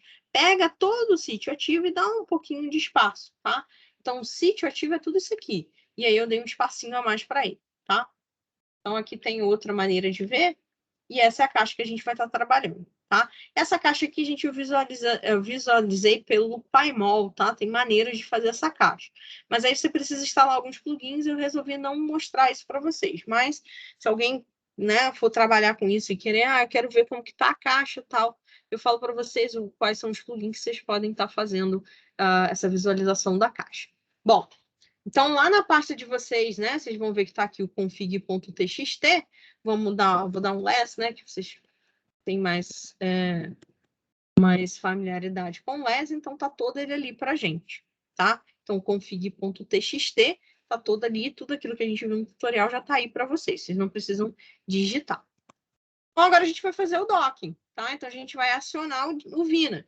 Então, a gente vai digitar Vina, menos, né? Traço, config. Digitar só Vina, gente, ele não vai fazer nada, ele só vai mostrar para mim quais são as opções que ele tem, tá? Então, tudo que a gente escreveu lá no arquivo texto, a gente pode estar passando pela linha de comando também, tá? Mas o arquivo texto é muito mais fácil, que é mais fácil de editar. Então, a gente vai dar aqui para ele, então, Vina, traço, config.txt. Dando Enter, o Vina vai ler aí para a gente, né, o que a gente tem, e vai começar a rodar. Então, está rodando.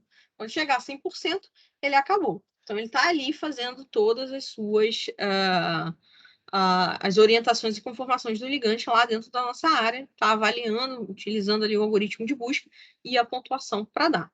Uma coisa interessante do Vina é que você tem esse parâmetro aqui, seed.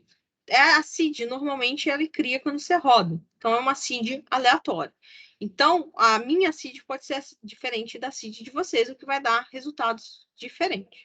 Como a gente está todo mundo utilizando o mesmo computador, é bem capaz de os resultados serem bem parecidos. Mas pode dar diferença também, porque a gente tem essa aleatoriedade embutida aí pelo programa, tá bom? Bom, não vai demorar muito, porque a gente não colocou muito para ele pensar, tá? Então, ele vai estar pensando aí. Diz que todo mundo termine bem próximo um do outro. Beleza, terminou. Ele deu para a gente os 10 modos que a gente pediu, tá? E ele ranqueou ali esses 10 modos para a gente. Tá? Então, a gente tem aqui os 2 primeiros modos com o mesmo valor de energia, menos 8,6, tá? E depois vai diminuindo esses valores de energia. Esses valores aqui em cima são chamados de RMSD, tá? Mas esses RMSDs aqui do Vina, a gente não pode utilizar como parâmetro, porque ele é um RMSD sobre a primeira pose. Ele escolhe a primeira pose como sendo a de melhor valor, né? Mais negativo nesse caso. Então, melhor score, mais negativo, tá? Então, ele tem aqui a negativo, mais negativo, escolhe como ele sendo o meu parâmetro, e depois ele faz o RMSD em relação a esse primeiro.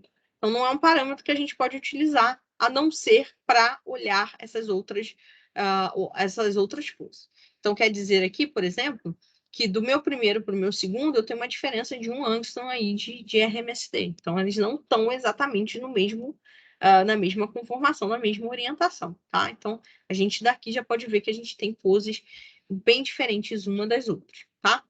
Bom, eu acho que todo mundo já deve ter terminado de rodar, quem colocou para rodar, tá? Então, aqui só no tutorial eu estou falando sobre o parâmetro de seed. Para a gente ter esse mesmo resultado, eu preciso lembrar dessa seed, tá? Por isso que a gente faz aquele arquivo de log. Deixa eu dar uma limpada aqui. Vocês vão ver que se eu abrir né? Less que vocês gostam mais, esse arquivo de log aqui tem exatamente essa nossa tela, tá? Então, tendo essa tela aqui, a gente já tem esses valores, tá? É bom a gente sempre colocar arquivo de log para manter aí esses valores. Bom, pronto, então a gente já tem os modos, né, calculados pelo Vina. E aí agora a gente vai olhar os nossos resultados. Tá? Então, a gente olha os nossos resultados através, né? Deixa eu dar um ls aqui, né? Então, a gente tem aqui, ó, o docker de ligante.pdbqt. São todos os nossos resultados, são todas as nossas poses. Então, agora vocês vão baixar isso para o computador de vocês para a gente olhar pelo PyMol, tá? Então, a gente vai acessar o site da Bioinfo ICB, né? .fmg, Bioinfo OLI, e a gente vai olhar dentro das nossas pastas, para a gente baixar para o nosso computador, tá? Então, o meu tá aqui, tá na pasta do Sérgio, deixa eu voltar aqui. Lembrando que a senha, né, o usuário é BioFMG e a senha é o contrário do que a gente utilizou, né, antes, né, para acessar o servidor. Faz o contrário e a gente consegue. Deixa eu voltar mais um aqui, que ainda estou na pasta do Sérgio, tá? E aí você vai procurar a pasta de vocês. Então, a minha pasta é essa daqui. Um pouco mais com calma para tudo, não é modular, não, peraí, desculpa. Docking, né? Docking prático. Esse aqui. E aí eu vou baixar o docker de ligante.pdbqt. Então, eu vou baixar isso aqui, vou colocar como salvar link como. E aí eu vou escolher a minha... Vou colocar aqui, né? Tirar isso aqui. E eu vou salvar aqui. Beleza? Salvou. Acredito que todo mundo salvou também. Tá aqui. E a gente vai abrir no PyMol, tá? Então, vamos abrir o PyMol de novo.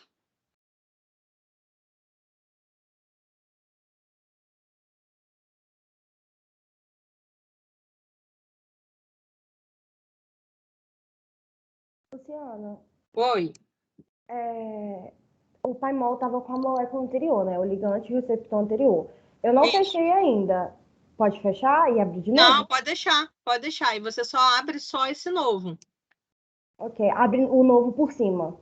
Isso, você vai abrir aqui, ó. Quando você for dar o open. Paimol nunca. Eu tô no lugar certo? Tô. Quando você for dar o open, ele não vai aparecer aqui, né? Porque é PDBQT. Então você tem que mudar para o All Files, tá? E aí você abre o docker de ligante.pdbqt. Ok. Aí vai abrir. Conseguiu? Calma aí, eu não tentei ainda. Eu tava preocupada em mutar o microfone porque meu cachorro tá surtando. Eu vou abrir o ligante, tá? Aí eu vou abrir só o ligante e o docker de ligante, mas o receptor pode ficar aí sem problema. Vou abrir o receptor também. Porque não vai fazer, por enquanto não vai fazer muita diferença não, mas a gente vai utilizar o receptor depois. Vou colocar ele em Cartoon, a menos Cartoon aqui, né? Cartoon, hide, lights. Então quem não fechou, gente, eu não sei se o de vocês fizeram isso, mas o meu sempre abre o docker de ligante branco, tá? Aí parece, nossa, o que aconteceu? Mas é porque tá branco, eu não sei por quê. Eu vou colocar ele numa cor aqui, vou colocar laranja. Não, peraí, vou colocar por aqui, que aí eu deixo os elementos.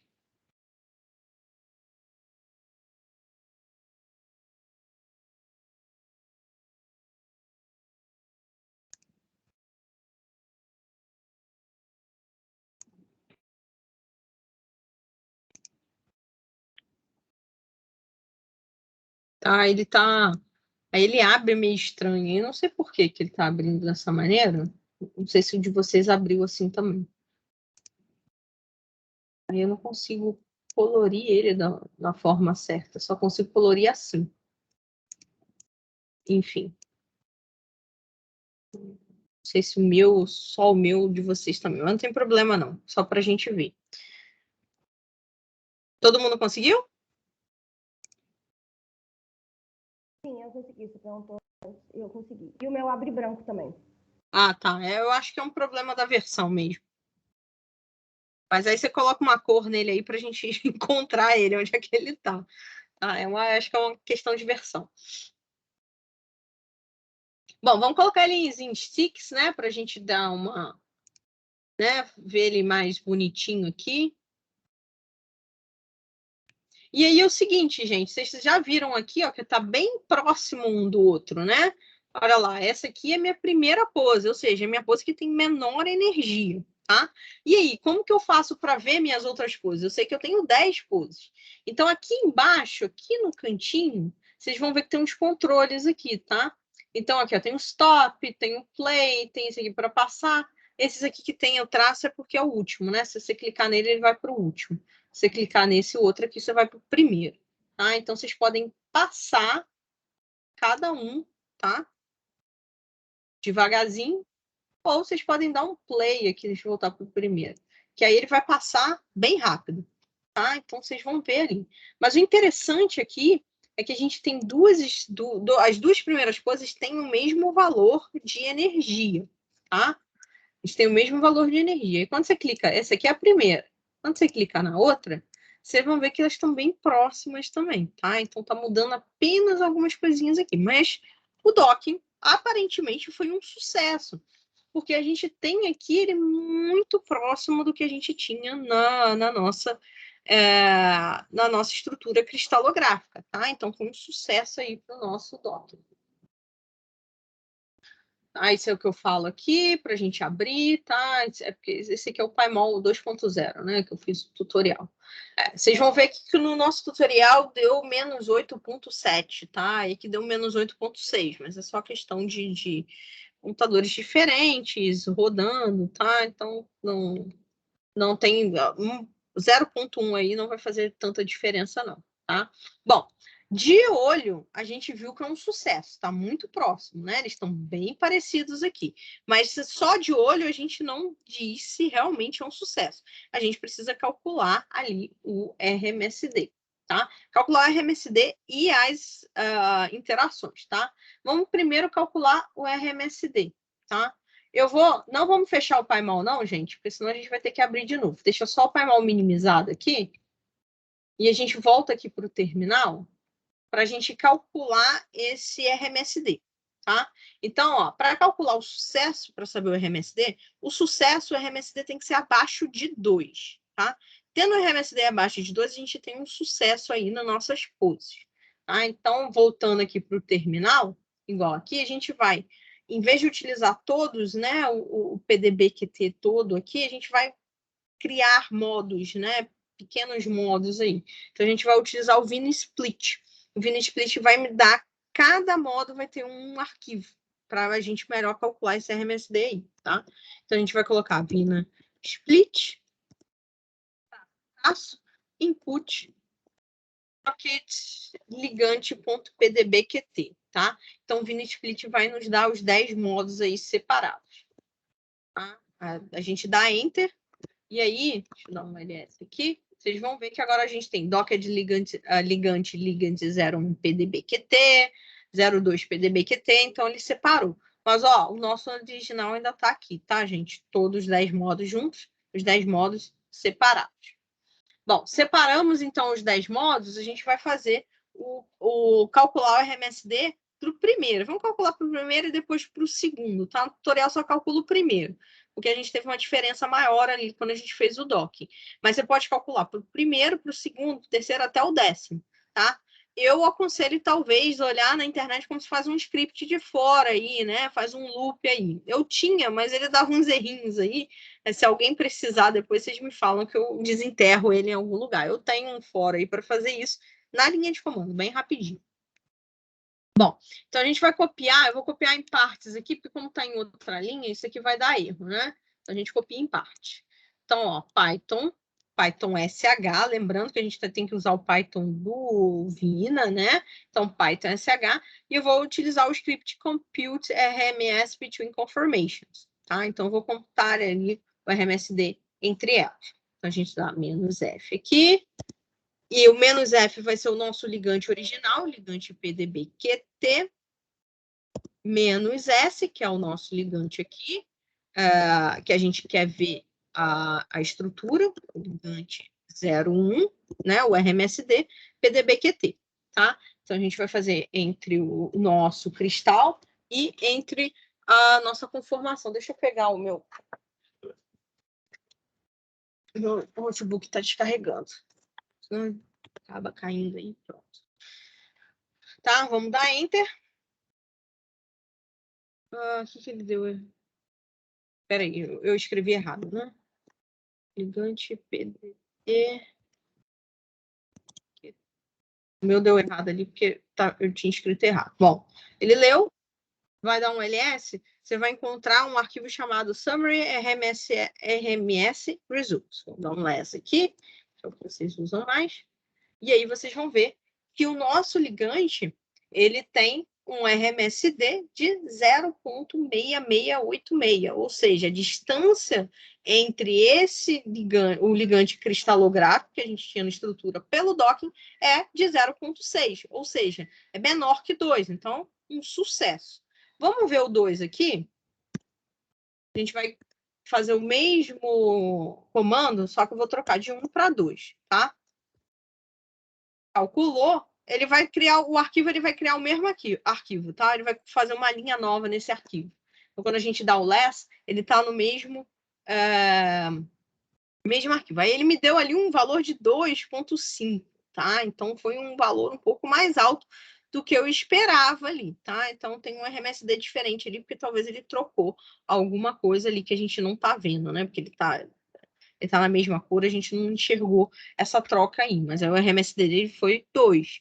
Então, essa pose não está tão próxima quanto a gente estava imaginando, tá? Então, pelo menos, a gente teve um sucesso ali do nosso docking. Aí vocês podem fazer 3, 4, eu não vou fazer, porque não tem necessidade, a gente só está olhando para o sucesso. Foi sucesso, tá? Porque foi abaixo de 2. Lembrando que essa verificação de RMSD só pode ser feita quando a gente tem um ligante de referência e um ligante que a gente fez o docking, ou seja, a gente tem um ligante na estrutura cristalográfica, tá? Se a gente não fizer isso, se for um ligante diferente, a gente não consegue fazer RMSD. RMSD, os ligantes têm que ser iguais, tá? Bom, para finalizar, então, a gente já viu que tem... A gente já viu que tem... tá diferente, gente. É que eu não tinha olhado isso aqui, mas ele trocou aqui, essa parte aqui, ó, tá vendo? Então, realmente tem uma distância maior aqui. Né? Essa parte aqui tá bem diferente. Bom, então, para finalizar aqui, a gente vai pegar, né? Já tá com o receptor aqui, e a gente vai fazer esse cálculo, aquele cálculo que a gente fez em relação às interações polares, tá? Eu vou abrir... Não, vou fazer com esse daqui mesmo, porque eu não sei o que eu fiz no tutorial. Pedi para pegar só a pose 1, né? Bom, vamos fazer com esse aqui mesmo, para não precisar baixar. Então, a gente vai fazer, então, as interações, para a gente ver se está batendo as mesmas interações, tá? Então, a gente vai em Action, lembrando, né? Find Polar Contacts to Any Atoms, tá? E aí, a gente faz aqui a interação entre esse nosso... Deixa eu tirar esse ligante aqui, né? Essa nossa primeira pose, tá? Para ver se ele formou as mesmas interações. Lembrando lá do começo, né? Que a gente tinha as interações lá com o glutamato e com a histidina, né?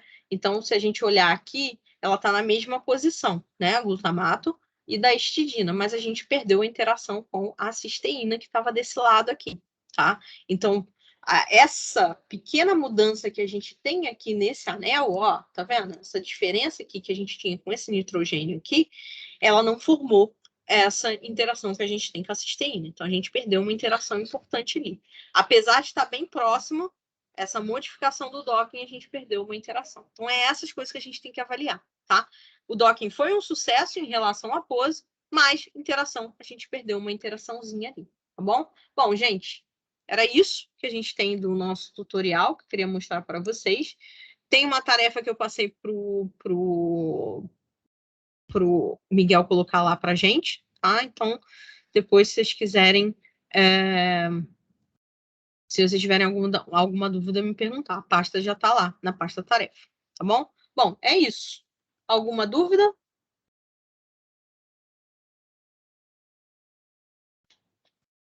Não? Eu só não consegui fazer o comando Pythonish. Não. O que está, inclusive, aparecendo no seu put. Esse aqui, Python SH? Não consegui executar ele. O resto eu consegui. Ah, tá, beleza. É porque esse Python SH, esse comando realmente dá uns probleminhas em relação...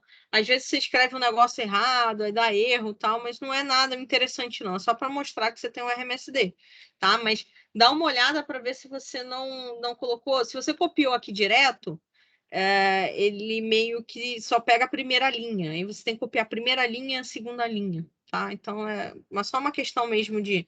Às vezes, esse comando realmente é meio chatinho. Ok. Tá bom? Mas aí você viu que já tem um RMSD ali menor. Mais alguma coisa? Não, né? Eu acho que o Miguel também acabou caindo. Bom, gente, então se não tem mais nada, eu agradeço, né? Mariana? Só uma coisa, para fazer a tarefa, eu não dei uma olhada, né? Óbvio e tal, não tá lá. Beleza. Mas tem que salvar alguma coisa? Tipo assim, porque geralmente as tarefas estão tendo relação com algo que a gente já fez. Então, essa coisa que tá aqui no meu PyMol, eu devo salvar ele? Pra não ter Não vai... Não, eu acredito que... Salva só para você ter certeza, mas eu acredito que eu não fiz comparação entre eles, não. Tá? Deixa eu abrir a tarefa aqui, que eu acho que eu tenho ela aqui. Deixa eu abrir aqui o que eu peço nessa tarefa. Tarefa docking. Beleza. Eu explico aqui para vocês o que eu pedi na tarefa. Ela tá um pouquinho grande, gente, mas vocês não vão fazer muita coisa nela, não, tá? A tarefa em si, a gente vai fazer a outra metodologia de avaliação, tá? Redocking é uma, crossdocking é a outra. Crossdocking, agora a gente tem duas estruturas, tá? Então, a gente tira o ligante de uma estrutura e coloca numa estrutura diferente, tá? Então, o que vocês vão fazer? Nada mais do que pegar esse ligante que vocês já prepararam e colocar num novo receptor, que já está lá na pasta, tá? Eu coloquei aqui para vocês, já até preparei, na verdade. Tá? Então, essa pasta tarefa aqui, quando você dá um ls, você já vai ter novo receptor.pdb, tá? Já está preparado, e pdbqt. Então, vocês não vão precisar nem preparar. Então, vocês vão copiar o ligante, vai dar um cp aqui, né? Ligante.pdb, aí dá um ponto aqui, pdbqt, né? pdbqt, copia ele para cá, tá? Dá um enter aqui. Então, vai ter o ligante pdbqt. Roda o Vina com esse novo config aqui, que eu criei para vocês também, tá? Já com todos os nomes. Todos os nomes já estão aqui direitinho, tá? Novo, tal, para não ter problema.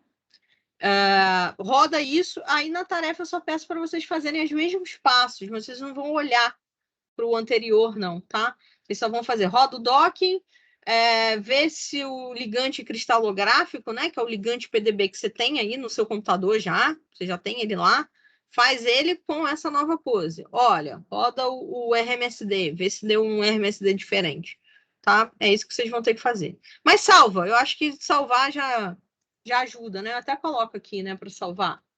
E aí você não precisa ficar fazendo tudo de novo, tá? Mas não... Tá bom, obrigada. Nada. Então, gente, é isso, né? Nem mais nenhuma dúvida? Não, né? Bom, obrigada, gente. Qualquer coisa, vocês falam com o Miguel, ele passa para mim. Eu não sei se vocês têm meu e-mail, mas deve ser fácil de achar. Aí vocês me mandam um e-mail e me perguntam aí, tá bom? Bom, tchau para vocês. Boa semana. Até algum momento aí de novo. Tchauzinho. Tchau, Luciano, obrigada. De nada.